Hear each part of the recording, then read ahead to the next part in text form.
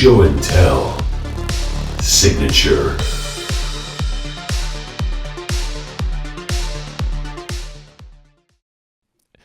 Welcome back to Show and Tell Signature. These are just some of my favorite people talking about some of their favorite decks. Ready to start 2026, even though when this comes out, 2026 will probably 3-4, not evergreen content here, but 26 is going. We're trying.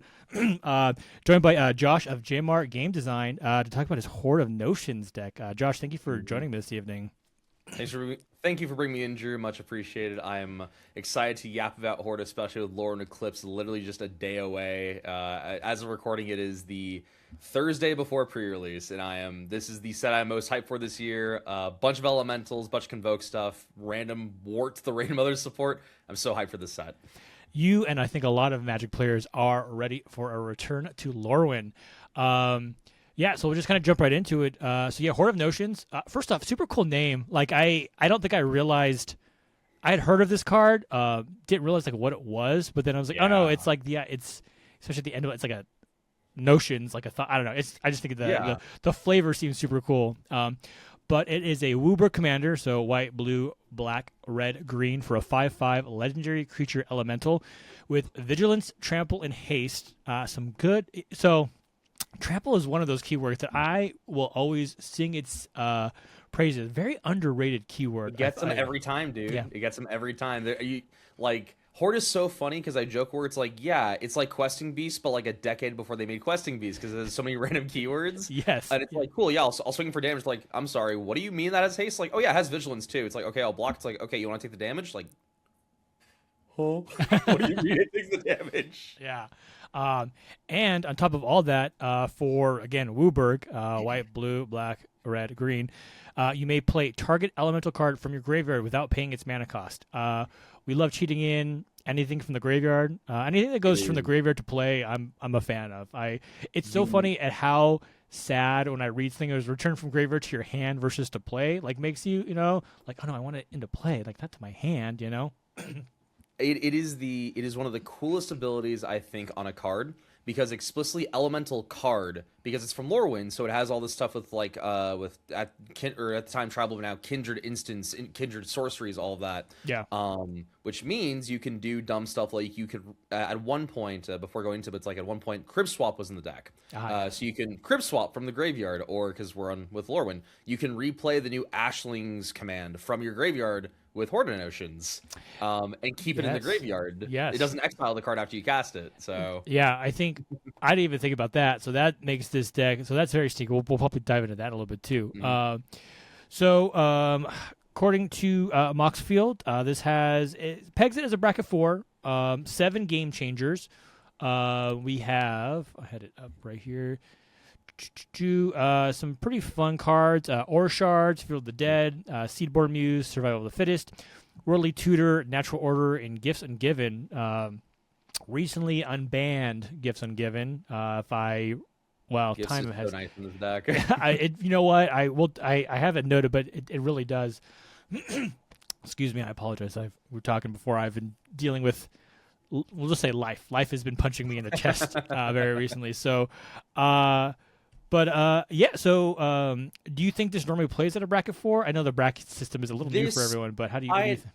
I'd say it depends. I'd say at least the way I play it, I wouldn't say I'm a spike. I definitely try to play more like higher power and more of like, I wouldn't say like, no takebacks kind of thing. I'm not like I wouldn't say I'm super serious, but I'm at least going to like, I want people to play at their best. I want people to kind of respect each other on the level of like, hey, we're all, we all know how to play the game kind of thing. And we all are aware of these like, interesting and complex interactions.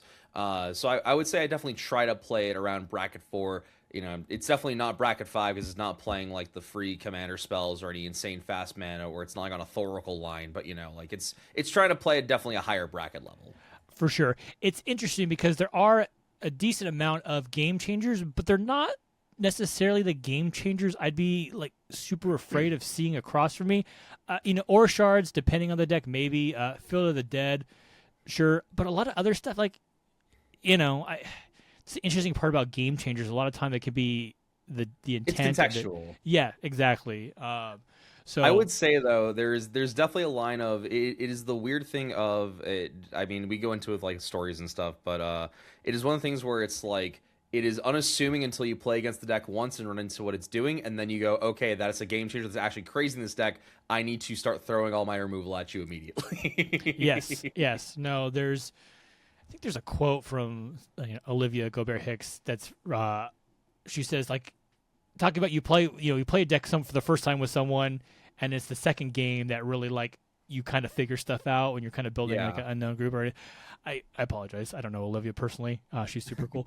I just remember that quote. Well, it had stuck with me in essence. Yeah. Obviously, I can't remember it that way, but it's just one of the things. A lot of times, like when you're playing with people, especially for the first time, if you're playing a stronger deck, like I think it's okay. I think it's okay for people to want to play stronger decks, want to win games, but just being able to kind of adjust for a second or third game, I think that's important. I think people sometimes get a little too like, oh man, he played this deck and he did all this stuff. Like I'm so insulted. It's like, hey, it's just sometimes you gotta.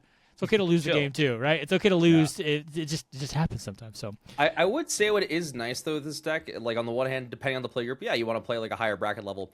I think this deck is also able to be.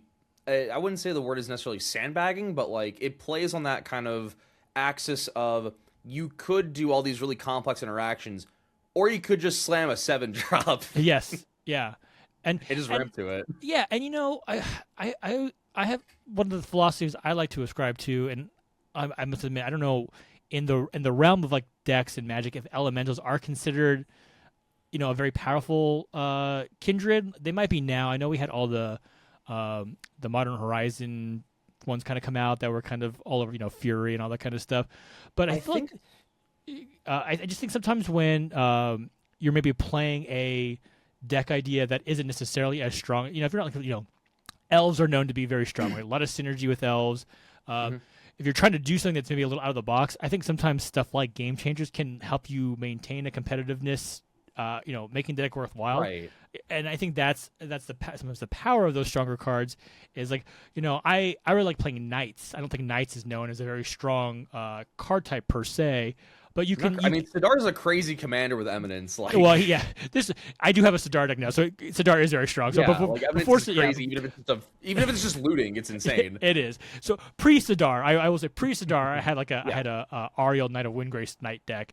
That was okay, but like you can offset sometimes those because just to maintain the deck's functionality with some stronger cards. So, anyways, I'm getting off track here. So, real quick to go back to your point of like where elementals I think are in terms of like where they are power level wise. It's weird because I think in something like Eldrazi or Elves or Dragons, you kind of see the entire thing of like, oh, the amalgamation of all of these are a really insane creature type. They have a lot of support. They have a lot of synergies. Elementals, I think historically, I'm literally been working on a video that is not quite ranking, but like almost going through the history of elementals in Magic of like the 30 plus years. And elementals are weird because they were pretty like disparate. There wasn't a lot of support for them until Lorwyn, where it started at least like kind of trying to make something together there. Yeah. Elementals are weird because I think it's a thing where the individual cards are good. There's a bunch of, we'll go into it, but like just a bunch of random commander staples have elemental stapled onto them, which is kind of insane. But there's not a lot of necessarily of like, oh, the elemental deck is going to go pop off. Maybe it will now with Lorwyn Eclipse, but like I think prior to that, it's like just kind of it is the amalgamation of good stuff pile almost. Yeah, just like all good cards. Yeah, it's that deck. I think that you can kind of see this in the deck too, but it's also interesting too because elemental is kind of one of those types that I feel like any set will have elementals. Not every set is going to have like Eldrazi, right? Not every set's going to have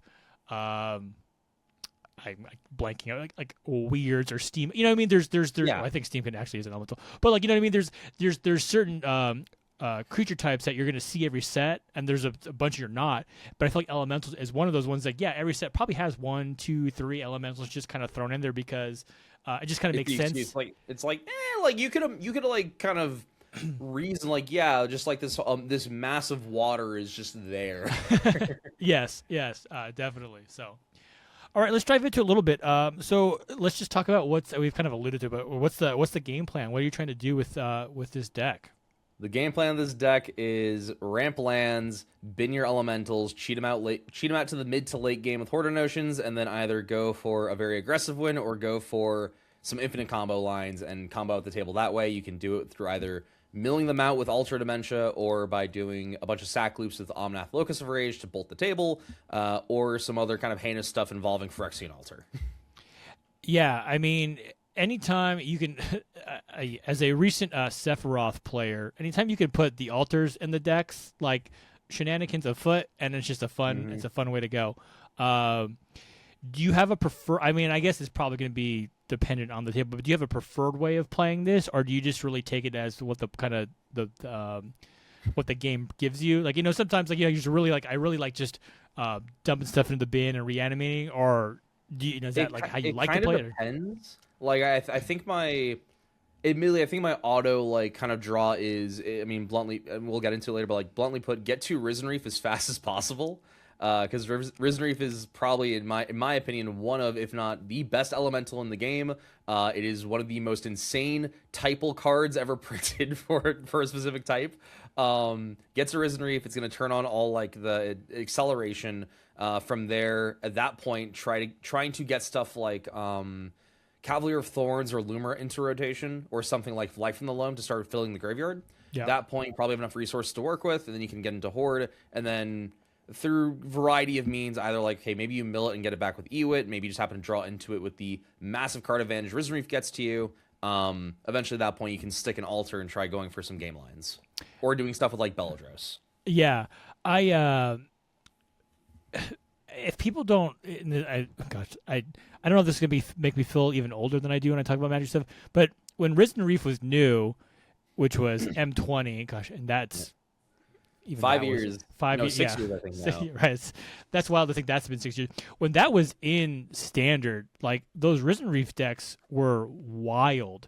When you were running 2, 3 of those things, like just the amount of card advantage or card or whatever, it was, I watched, and that was kind of a pretty close to the height of like, especially like people playing on Arena or people were new to Arena, and just watching like the triggers and just it was one of those decks I saw someone play, and I thought to myself, I will never attempt to play this in paper. Because I would not be able to keep track of what was going on. Just like one of the funniest things recently, I was playing against some friends. One of my buddy Ross, who also is one of my kind of Magic teachers when I was first starting off, and a lot of his kind of deck building philosophies kind of bled their way into this deck. He recently put together a clone list, and during the game he ends up like taking my Nissa, he takes Horde, and he ends up cloning and has like 3 copies of Risen Reef in play at once. And eventually like he had killed me and he's trying to do some stuff, and I have to like kind of like look over at his board as he's doing combos. I'm like, hey, Risen Reef isn't a May, right? He's like, what? It's like, yeah, you at some point you just be careful, you might deck out. Yeah, I actually did notice. Well, maybe I didn't, but I don't think there are actually any cloning stuff in here. Not in this one. Yeah, which again, the Risen Reef can get out of hand so fast. Like it's just one of those things. I mean, like the clones would be like the ETB adders. So like, what's in here? We have Elshnorn, we have Yarok. I guess if you want to squint really hard, technically Ancient Green Warden plus a Shia makes another ETB doubler. Yeah. But yeah, eventually enough ETB or like Roaming Throne, all the ETB doublers. It's like, yeah, you don't need clones. You can just keep recurring back the same stuff. Yeah, that's true. And I guess, I mean, with the elemental creatures at your disposal, kind of just, it's more on flavor, more on theme, and just it probably works a lot easier too. Better access too. Yeah, exactly. What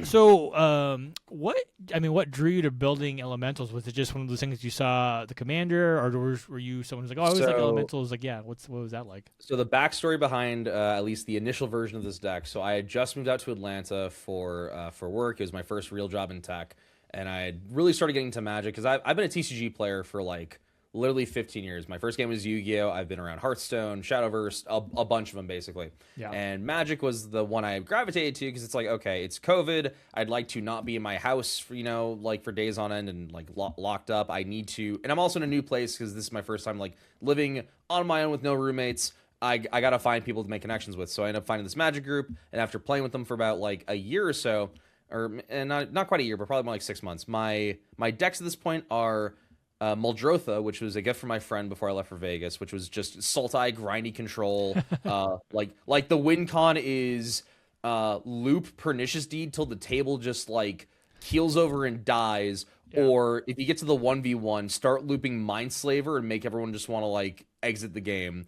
The second deck was a not quite like super high power Brea, but like the first version of my Brea that was like more Thopters, but it's still Brea. It has Urza in it. It's like it's still doing artifact nonsense. Yeah. Like even a low power Brea at that time is still pretty good. So those are the only two decks I have, and I'm playing those in my play group. You know, my buddies Greg and Jonah kind of pull me aside. I'm over at their place like doing D&D, and they're like, "Josh, we got to talk." It's like, "What's up?" It's like, "All right, Josh, you need to find a third deck because this is miserable playing against these two decks constantly." So Jonah pulls out his binder that has a bunch of commanders, and I'm going through it, and I see Horde of Notions, and I see Elemental. I'm like, oh, I didn't know Elemental was like a really supported type of Magic, because when I played Hearthstone, one of my favorite decks was back in, this is like 2016, because I had just, 2016, 2017, I was just in college when the set came out.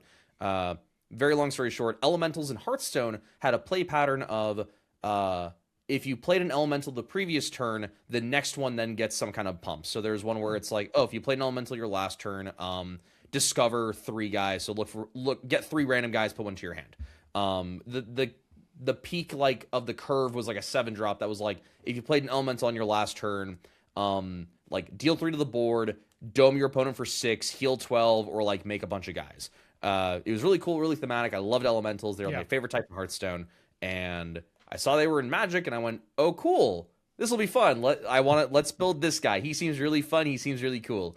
So I actually was double checking my Mox field, and I'm looking actually at the first version of the Horde deck, which is crazy looking at it now. There's some stuff that has still stayed from like the year, last updated about 2 years ago. So there's still some stuff that is like stayed in there throughout. There's definitely some elements that have been pulled. At one point, it was on like it was truly at that point more just like pile of elementals. It was on like Verdant Force. It was on Soul of the Harvest. It was on Mono Green Omnath. It was on like Fertilade. It was on a couple more of the Cavalier guys from Core 20. And just like the support suite was a lot different. It was less of a combo-y glass cannon type deck and more of just like more grindy advantage, get stuff out. But eventually it has been the deck I have probably put the most time into. It's been one of my pet decks over time. I don't think it's at its final form now, especially with the Lorwyn support. Oh yeah, but damn, I'm happy with it. Yeah, no, I would not be surprised if in a week or two this deck list is completely out of date, completely turned around. I think the most impressive thing out of that story is you played Magic for a year and only had 2 Commander decks. I feel like when most people start playing Commander, they just go, "Oh, I'm going to build this Commander. I'm going to build this Commander."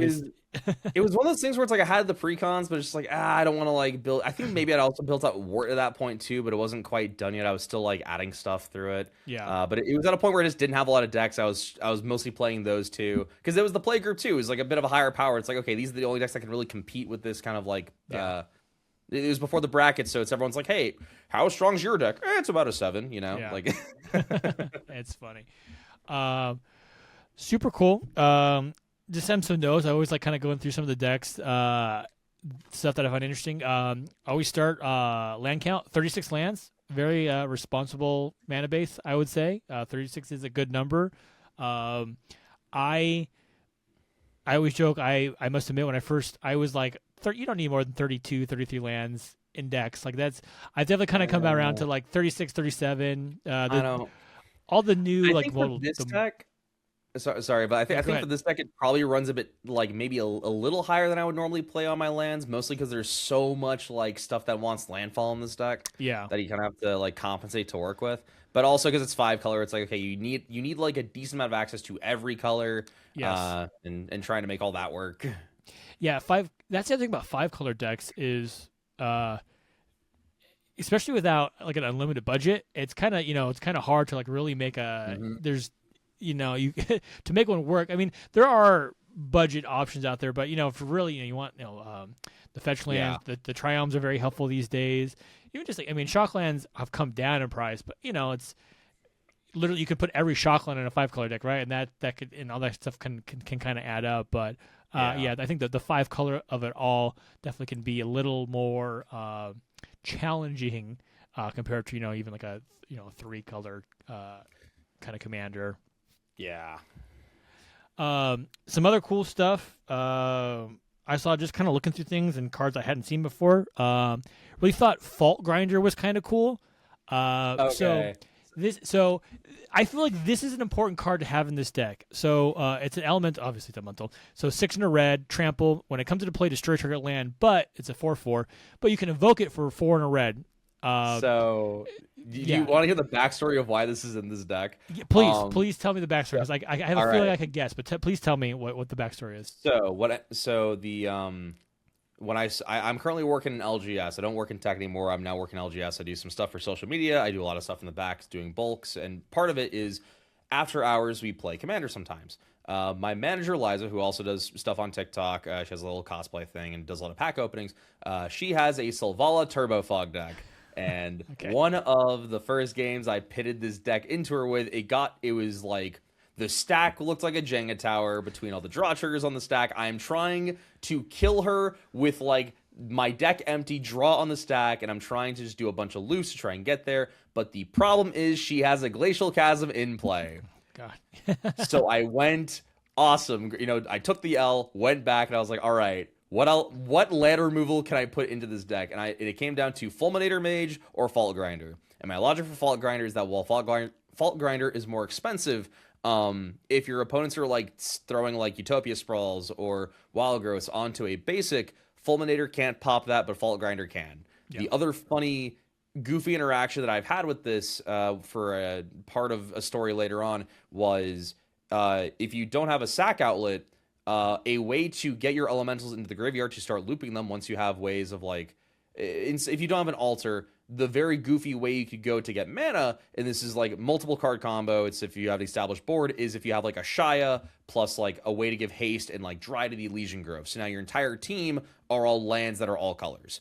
What you can do in lieu of having a sack outlet is loop Fault Grinder with some extra ETBs to pop itself at a guy to then trigger Omnath to bolt the table. All right. That's it's funny too, because if you evoke an elemental with haste, you could tap it as well for mana before it even dies. Yes, right? before it dies to the evoke trigger. Yes. Yeah. So there's and it's funny too. I didn't even think about this until I started looking at the deck, but like the synergy with the evoke stuff with the elementals like plays in, and that's probably how it was designed. Right? It was probably on purpose, right? There was probably something like a lot of elementals have evoke stuff. Like how can we play with evoke in the graveyard and whatnot? But I was like, oh yeah, the evoke stuff works really well with being able to loop them with your commander, so you can get the value of if you want to hard cast it to have the creature on hand, you have that, or evoking it to get the ability, but then you can always bring it back again with the commander if you need to. Yeah, basically. Like sometimes you just go like, cool, I'll like Mold Drifter early game for divination. It's like, cool, I'll have a flyer in the graveyard I can just bring back for 5. Yeah, exactly. Draw 2. Speaking about haste, a card I think is super cool that I don't see as often. I think it's come around a little bit, I think, in some master sets and some, I think, secret lists. Concordant Crossroads, just 1 green, world enchantment. All creatures have haste. I think in a deck like this, when you haste again, another probably underrated ability in Commander, but especially in a deck like this, having haste, especially for 1 green mana, I think it's just a really cool kind of thing to kind of function with. Again, kind of we talked about with the evoke stuff, being able to tap something in between an evoke trigger if you needed to for mana or something like that. Just kind of stuff like that. I don't think people maybe would think about right off the cuff. Plus, like it helps too, because like otherwise the only haste enabler is Maelstrom Wanderer, and like I wouldn't mind recasting Maelstrom again, but also 5 or 8 mana gets pretty expensive, so sometimes you just kind of like. Admittedly, yes, there are cases where Concordant is like the worst dead draw in the world. There are cases though where it's like I just need a way to like run the team through, and you find Concordant, and it's like awesome, we're in it. Yeah. And even you think Commander a lot of times, you think like big creatures, whatever. Just having a 1 mana card in your deck. Like if you have an opening hand with Concord in your crossroads like in your hand, and you have like a green source that you can play, like you go like hell yeah, man! Like this is an awesome, like a turn one play like that. Like just feels good. It feels good in a way that sometimes other stuff doesn't. I think turn one concordant is okay. Maybe depending on the table. I think in general though, that is the most irresponsible play you can do. That's why it's the most fun. Yeah, no, you're probably right. That's why you're a better player than I am. Because like yeah, turn one, hell, everyone gets ace. Versus like no, you want to. I guess the responsible play is you wait until you can take advantage of it. Obviously, but no, I would. Turn one concordant is like sharks smelling blood in the water. This is very true. You are asking to get mauled. You make a very good point. Or sometimes if you want to be a little mischievous and you want to be a little agent of chaos, it's just like let's see what happens. But yeah, no, that's a good point. You make a very good point. So some other stuff I just thought was kind of cool. I really liked Flamekin Harbinger. Just one red for a 1/1. When it comes into play, you may search your library for elemental card, reveal it, then shuffle, put that card on top. A tutor on a stick, I guess, tutor on a creature is really cool. Somehow it missed the reprints in the Lorwyn Commander deck. Really? Oh, that is kind of a bummer. Which is why copies of this are now starting to creep up. So try to get them before everyone else does. Yeah, that's actually pretty funny. Also, half the time, I'll be honest, Flamekin reads, it does not search for an elemental. It searches for a card named Risen Reef and puts it on top of the deck. Yeah, that's well, that's kind of one of those things with I think these sort of decks is like having the I don't know if I wrote it down here, but you have Whirly Tutor in here as well. Like, I wouldn't surprise this Whirly Tutor find Risen Reef fairly often as well. Is that often enough? It is nice though, because like sometimes you want Flamekin to put to the hand, but sometimes you, I don't know if you have the card in there in the list, but or on your list, but like Mesmeric Orb, for instance, being able to stack it so you'll get something into the graveyard to reanimate later is a nice little synergy piece you have. Yeah, but yeah, stuff like that. I don't know. Something makes my brain feel good when you have a deck like this and you have a card like Harbinger that's just like, oh yeah, it's an elemental creature that finds a elemental force. You know what I mean? Like the synergy, this is one of those cards. This is I find like when I build decks, when I can like go to buy singles and I can buy like at time of recording, a $1 card or a 30-cent card that just fits really well. I'm like, for me, like that's like I get a bolt of joy. Like, yeah, this is like a inexpensive card, and it's just gonna fit so well in this deck. That's like one of these cards that's just like, yeah, man, this is a cool way to go. It's nice. Probably a super fun card. Morophon the Boundless. Talk about just fitting in a deck. 7 mana to cast, but changeling elemental itself. When it comes to the battlefield, you choose your creature type, and then gives you a Wooburg discount on all your creatures, and it's got a little anthem effect tacked on. So like, just a very efficient kind of way to like deal with one of these decks. Again, when elementals as a card type that has support, but maybe not like a ton of support. Like these are the kind of cards that you can kind of fill the gaps in to really make it run a lot smoother, I think. Morophon sometimes is also just 7 mana, 6/6. Also get a 6/6 Horde of Notions. Yeah, there you go. Being able to free cast your commander is pretty nice, honestly. I say that after having ripped Draco Genesis a new one last year in my 10 last years of shorts. That's funny. So and then and this again just not a unknown card, but Life from the Loam. Just 2 mana. Fantastic card. Return up to 3 target land cards to your graveyard to your hand. Cool, but the dredge, I feel like it's amazing. I remember when Ravnica came out. Yeah, I think that was like my second return to Magic, and seeing dredge, it just being like I did not get it. Granted, I only played like this was kitchen table. I had no idea what I was doing.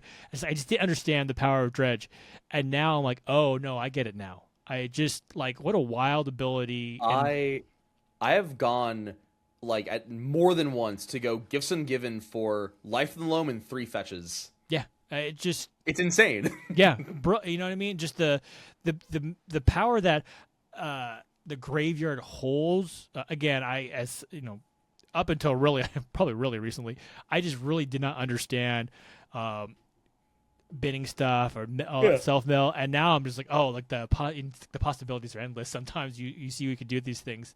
Come to the dark side. yeah, it's because it really it really does act as like a pseudo secondary hand a lot of time, because you there's especially, I feel like especially now there's just so much access to the graveyard. Like it's become so easy to play stuff and think around in there.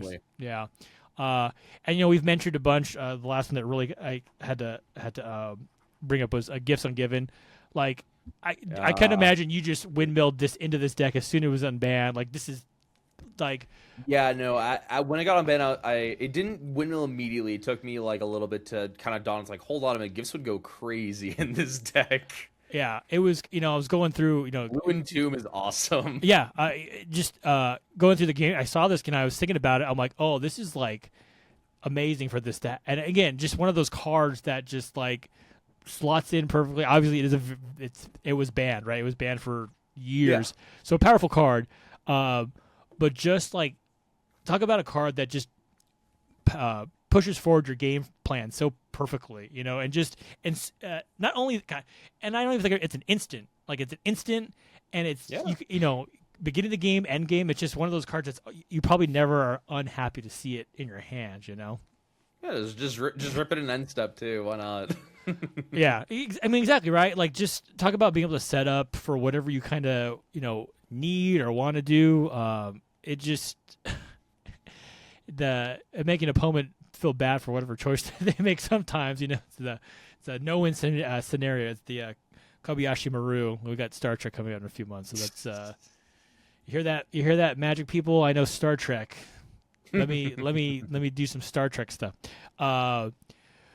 But yeah, so just just a super cool deck, super fun stuff, and it's just like looking at the just looking at some other stuff, just in general, like just like fun cards to play. Like Avenger of Zendikar is a cool card that's in here. Classic. You're talking about Bellatrix Witherbloom. Talk about that one. That one's a little interesting. Elder Dragon. So part of it's because on 7 mana, it effectively it refunds its cast basically. You have something on board like Nyx Bloom or just any other way to do additional mana stuff. Just lets you untap and gets more stuff. With Maskwood Nexus in play, you can bring it back with Horde of Notions. There's a point where this deck was on more of the type changers. It was on I think at one point Conspiracy and Arcane adaptations. There was more of the density of type changers, but they're not so much there anymore. I still like Bellatrix kind of like a pet card in here, just because for 10 life you get to untap your lands and just kind of always hold up mana. You can do it during anyone's turn too, because it's only once each turn, not just on your turns. So it lets you still hold up interaction to do horde stuff on other people's turns. Yeah, no, that's very true. I feel like sometimes, for better or worse, when you're playing a very kindred focused deck, it can be I don't want to say a mistake. Again, I'm not a good enough deck builder, but there's can be an urge to put a lot of changelings, like the Maxwood Nexus, the Conspiracy stuff in there, and sometimes that almost it could be a little too much. You can have some access to other cards, but I think when you start doing that, you become almost too reliant on those type of card. You know what I mean? Because if you don't draw, there's the creatures that this is cool, but if I don't have a Conspiracy out, right, then it doesn't. Maybe it's not as effective as it could be. It really needs the there's a line between redundancy, but also is the card individually good in the deck? Yes. That's kind of, I wouldn't say it's the strategy I went through with this, but it's no, to me, maybe outside of a couple exceptions here and there, but it's I think for the most part, I want every card in this deck, regardless if it's an elemental or not. If it is an elemental, it just has more synergy. If it doesn't, then it really needs to fight hard for that slot. Bellatrix just gets your mana back online during other people's turns. Seedborn is insane for holding up interaction.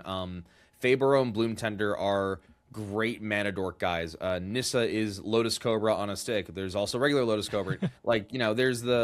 There's kind of the line of okay, well, you could have these redundancy effects, or you could just go full into the type with just filling in the spaces with changelings, or you can kind of raise your floor basically and instead actually have these just they may have a little less synergy with the commander type wise, but they're still good pieces for the deck without just relying solely on good stuff deck. So it's not just on Esper Sentinel, Rhystic Study, Tithe, etc. For sure. All right, let's go through I can speak. Let's go to the one. The one. The one in this deck, if you can find one for the cheap, I'd recommend you do it. It is Survival of the Fittest. My friend Jonah happened to have a gold border version of this card. I bought it off him for $20. It is I'm not sure. I guess like where our line is for swears something on the show. This card is heroin for me. I don't think I've ever had something click as much in Magic in a deck as I have playing Survival in Horde of Notions. The play pattern to go, oh, I get to get rid of this really big guy into the graveyard to reanimate later and search Risen Reef for 1 green is so like there are times where it will literally be like, cool, in your end step I have like 3 green up, I'll go, cool, tap a green, pitch this guy, get a new guy, tap green, discard the new guy, get a new guy. Third, it turns into like Buried Alive and also Vampiric Tutor in someone's end step. It's insane. Yeah, I am now realizing that. I mean, this is correct. You know, it came out Urza. What is this? That's that's Exodus, actually. Oh, Exodus. Excuse me. The bridge is Exodus. That is correct. Yeah. I've never actually really like read the card, and I'm like, wow, green, just activate. No, you know, I feel like if this was made today, it would definitely have, you know, activate only as a sorcery. There'd be, you know, they might have like a weird mana value +1, or, you know, there's the kind of the, but just just restrictions on it. There'd be restrictions. Now this is just talk about the Wild West of Magic, like back in. What's crazy is in that time period, the best thing you can be doing is like, okay, I'm gonna pitch like, you know, a Verdant Force in my hand to go find a Spike Feeder or something. Like the reason why Survival was probably allowed to be this like flexible is because Creatures in the Day sucked. Yes, that's true. As someone who bought a lot of Nemesis back in the day. I mean, it could be worse. You could have bought Homelands. That's true. Actually, you know, I think Exodus did have a lot of Spike Feeder stings and all that kind of stuff. But yeah, wild card. Definitely could see it. Just, you know, fun. Looks like a fun card. Like, you know, it's one of those things. You get that out, like you're gonna be doing some fun stuff. I love it. Yeah. So, you know, again, super cool deck. Any like memorable moments you have from playing this? I mean, you know, when it was 103, I'm sure you got some good run in with it. Anything that springs to mind? So a handful of ones. The big ones there, for the context, there was a point in this deck where it used to have from Neon Dynasty Reflections of Kiki-Jiki. Okay. The idea of it from the deck was like, cool, you get the guy, it helps you ramp, it gets guys in the bin, it's card draw. It kind of did a lot, but I took it out because I was like, it's still a little too slow for what I wanted. So this is a 6-man game I'm playing. My buddy is playing a Bruna at the time, and he just killed off somebody else, and he just ripped Cataclysm into the table. So out of the board state that's left, I end up keeping Horde of Notions, Command Tower, Chromatic Orrery, and Reflections of Kiki-Jiki. That's now on the backside as the new Kiki, like the slightly worse Kiki-Jiki, basically. Yeah. When all this happened, I had a Cavalier of Thorns trigger to get back Eerie Ultimatum from grave to hand. So I don't have Cavalier anymore because I'm kind of in the idea of, if I can find something to make this work, then then I think I'm off to the races and I can get back into the game. Yeah. So gets back to my turn. I draw for turn Natural Order off the top. Natural Order is 2 and 2 green, additional cost. You sack a green creature. You get a green creature from deck into play. So I'm thinking to myself, I'm like, okay, what could I do here that gets me into a winning position? And the line I come to is I tap Chromatic Orrery for 5. Orrery lets you spend mana as if we're mana of any color, and it taps for 5 colorless. So that's the context here. Yep. I Natural Order away my commander to go find Nyxbloom Ancient. I then use my last floating mana with Reflections of Kiki-Jiki to make a second Nyxbloom Ancient. So now it's now a single land or a mana source taps for 9. I tap Command Tower for 9 mana and use 7 of that to recast Eerie Ultimatum. The Bruta player is going like, sure, that's fine. What's the worst that could happen? Get my entire graveyard back into play, and turns into me digging for combo because I'm kind of recognizing that I need to kill him through combo because I don't think I have a way to kill him through like combat damage, or I don't have enough gas to kill him through combat damage that way. Yep. So I'm starting, I managed to, I have Risen Reef, I get more cards in my hand, I'm having a bunch of land triggers. I tried to use Horde's ability because I think at this point I have found some way to like do some Ashnod loop stuff or with the Fault Grinder stuff, and he trick binds the Horde of Notions, which is like, okay, that's a problem because trick bind makes a thing lose its abilities for the entire turn. Yeah. And I'm looking at my board, it's like, shit, I don't have a great sack outlet right now, but I have some remove in my hand. Let me see if I can get it back into the command zone to then recast because all my lands are tapping for 9 at this point. Yeah. I go, all right, cool. I would like to Path to Exile my Horde to get it back in the command zone. He responds with Mindbreak Trap. I go, cool. Swords to Plowshares Horde.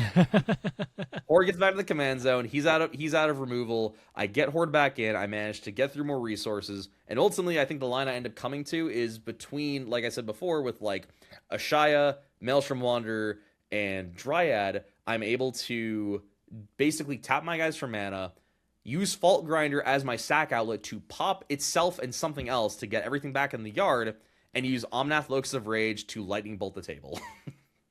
That's wild.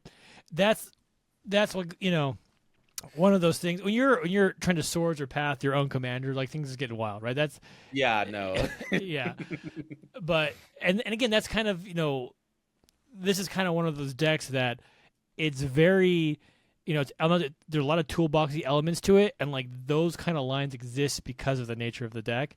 That makes it probably really fun, probably very mentally draining, but like fun to pilot, right? A little bit. Yeah. Like, I mean, there's still fun stuff though, like little fun interactions. Ashaya making your guys' land creatures means your board is pretty safe to Psychrift because Psychrift only bounces back non-lands. Yeah. For instance. Or just like what's some other like little goofy stuff in this? You have stuff like we haven't mentioned like Mesmeric Orb, which I think is only getting, it got bigger because of Mothman. It's fun in this deck because you actively want to mill yourself. Yeah. However, you get daggers of glares from other people at the table. Goofy stuff like that. Other interactions of like God, what's something stupid? Tooth and Nail. Tooth and Nail's a great card. Yeah, that's classic commander card right there too. Just all the kind of stuff you could do. This seems, I can see why you like it so much. I can see why you have put so much time and effort into this. So, and I look forward to see what you come up with Lauren Eclipse coming out, because sometimes it's the hardest part too when you have a deck like this. It's like, man, I have like so many cards to put in now. Like, what do I switch out? Like, what gets the cut, or what is worth keeping, or what is not worth keeping? I don't know if it's like maybe a massive. So like in my mind, kind of thinking at least for what I might want to cut out of stuff coming in for Lauren Eclipse. The two big ones I can think of are the new blue elemental. That's like, it's like 2 blue and 7, but costs less for the highest mana value amongst stuff you control. And it's basically like on cast, it is a quasi elemental bounce. Basically, it gets rid of everything that's not an elemental. Yeah. So there's that one, and there's also Ashling's Command, which is the new kindred sorcery, or that lets you, it's like draw 2, make 2 treasures, make a token that's a copy of an elemental you control, which is probably insane. Yeah. And in some fourth mode that I can't think of offhand. I think the two guys in the chopping block currently are probably Tatiova and Shriekmaw, which is a little crazy because I think for the problem is that Shriekmaw is worse nowadays because there's so many really good artifact decks, a lot of good decks that play black, or just black decks in general. So Shriekmaw does not have as much stuff it can pop. Yeah. And Tatiova a lot of times turns into 5 mana do nothing because it's like, cool, I need to play the 5th land to get her into play. So she doesn't do anything until the next turn. In that case, I spent my turn playing a 3/3 for 5. Yeah. No, it's Shriekmaw I do think is kind of a product of an older time in Magic. It's basically that terror on a. I have the super sexy time shifted foil from TSR, man. It's so nice. I don't think I have a foil. Do I have a foil Shriek? This is the time shift. I have the original time. Ooh. That was one of the last boxes I bought before I stopped playing for a few years, but I remember it was really the time square and all that kind of good stuff. So. But yeah, so again, super fun stuff. Josh, thank you so much for sitting down, talking Horde of Notions. I'll have at least this version of the deck list on the Show and Tell signature guest list Moxfield. Not sponsored by Moxfield, just a really big fan of the site. I think it's a really good place to, put up deck lists, find inspiration for decks, all that kind of good stuff. I will make sure, go ahead and check out Josh. Check out on TikTok, Stellifine60, has YouTube channel. I'll make sure to link all that below. And if you enjoy watching these kind of deck techs, people kind of talking about some of their decks, feel free to hit like and subscribe. I don't know if the bell is still a thing, but don't hit the bell. No one likes the bell. It seems like a silly thing to do. We don't worry about the bell. Josh, again, thank you so much for hanging out, and we'll catch you all next time. Thanks for hosting me. Make sure you have a counterspell for the Horde.